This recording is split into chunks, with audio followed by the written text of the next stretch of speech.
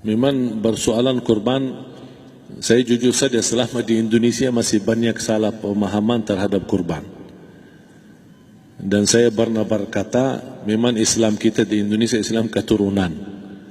Ya, jadi asal tahu saja ya.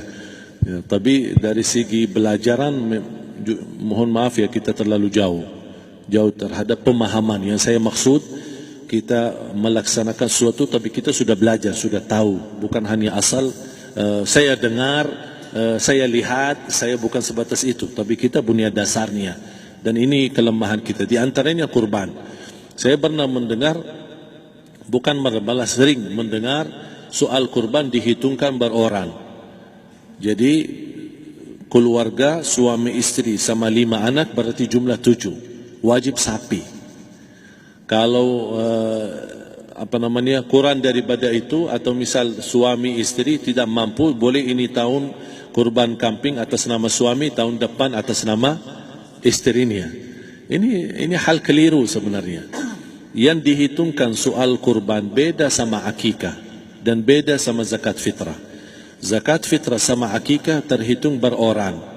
Akikah laki-laki 2 kambing, perempuan 1. Kalau tidak mampu boleh. Kalau ada kembar laki sama perempuan berarti 3 kambing. Tapi kalau tidak mampu boleh 1 kambing, tidak masalah. Dan tidak ada istilah sekarang saya kurban tapi nanti sisanya seolah-olah ada hutang sama Allah. Sesuai kemampuan kita. Di antaranya kurban. Kurban hitungannya berkeluarga, bukan berorang. Buktinya Rasulullah SAW dan juga cerita Nabi Ibrahim. Ketika Nabi Ibrahim mau sembelih Nabi Ismail, Allah turunkan apa? Mengganti sembelihan Nabi Ismail dengan ekor kambing dari surga. Berapa ekor kambing? 1. Padahal Nabi Ibrahim punya istri 2 dan anak. Ada istri Siti Hajar dan Sarah. Kemudian anaknya Ismail dan Ishak. Berarti semuanya berapa? 5. Kenapa Allah tidak turunkan 5 ekor kambing? Karena hitungannya memang 1 keluarga. Yang kedua, Rasul sendiri sembelih 2 kambing. Pertama, Bismillah atas nama Muhammad dan keluarga Nabi Muhammad. Padahal kita tahu keluarga Nabi Muhammad SAW termasuk keluarga besar. 11 istri, belum lagi anaknya, laki-laki sama perempuan. Ada yang hidup maupun sudah mati. Sudah termasuk semua. Yang hidup maupun mati. Yang kedua, Rasul sembelihan yang kedua atas namaku dan umatku. Umatnya berapa miliar? Cuma 1 ekor kambing. Kenapa Rasulullah SAW berkurban atas nama dirinya dan umatnya? Saya mengambil salah satu di sini tanda sayangnya Rasul kepada umatnya. Jadi saya selalu berkata, orang miskin yang tidak mampu berkurban seharusnya bangga di hari kurban, karena Rasul sudah kurbankan duluan atas nama dia. Jadi terima kasih ya Rasulullah, ingatkan kita. Yang kita tidak mampu, Rasul sudah. Bahkan kalau Rasul sudah kurban atas nama umatnya yang tidak mampu, berarti sudah terkabul. Kita aja belum tahu kabul atau tidak kalau kita berkurban. Tapi kalau Rasul sudah terjamin makbul. Oleh sebab itu, hitungan kurban itu adalah 1 keluarga. Misal, bapa punya istri, punya anak. Itu kalau mampu sapi silahkan. Mampu 1000 sapi silahkan. Kalau soal kemampuan tidak ada masalah. Tapi kalau soal kewajiban, tidak ada wajib lebih daripada 1 ekor kambing. 1 ekor kambing. Misal, kalau bapa punya istri 4. Misal. Cuman ini misal. Ya. Istrinya 4. Setiap istri anaknya 10. Berarti jumlah berapa? Anak 40, istri 4, berarti 44, sama bapa 45. Wajib 1 ekor kambing saja. Cukup untuk semua ini. Tapi kalau soal mampu, ya silahkan. Mau 1000 kambing boleh, mau 1000 sapi boleh. Tidak ada yang melarang kalau soal kemampuan.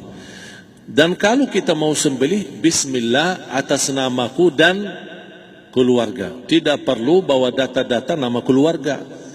Jadi disebutkan tukang sembelihnya ada capek menunggu sambil sebutkan nama-nama. Tidak perlu. Udah Bismillah atas namaku dan keluarga. Termasuk kata atas namaku dan keluarga, termasuk orang tua yang sudah meninggal. Termasuk orang tua yang sudah, karena kita adalah hasil daripada orang tua. Itu sudah termasuk, tidak perlu kita sebutkan. Ada sebagian ulama membolehkan kalau kita mampu, mau khusus kambing atas nama orang tua, tidak masalah. Kalau kita mampu. Tapi kalau kita tidak mampu, itu sudah termasuk orang tua kita bersama keluarga besar kita. Ini salah satu kenikmatan, dan ini termasuk juga sedekah yang berguna bagi orang yang sudah meninggal di keluarga kita. Wallahu ta'ala. Dan juga masalah panitia, bisa kita mewakili.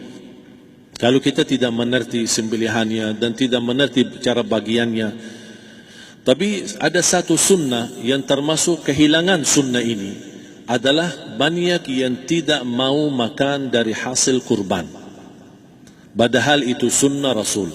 Dari akikah boleh makan, dari kurban pun boleh makan. Bahkan sunnah SAW dibagi 3. Sepertiga pertama dihadiahkan. Maksudnya kata dihadiahkan kepada orang kaya. Misal tetangga saya tapi orang kaya, dia bukan miskin, tapi boleh saling hadiah. Karena inti daripada hadiah silaturrahim.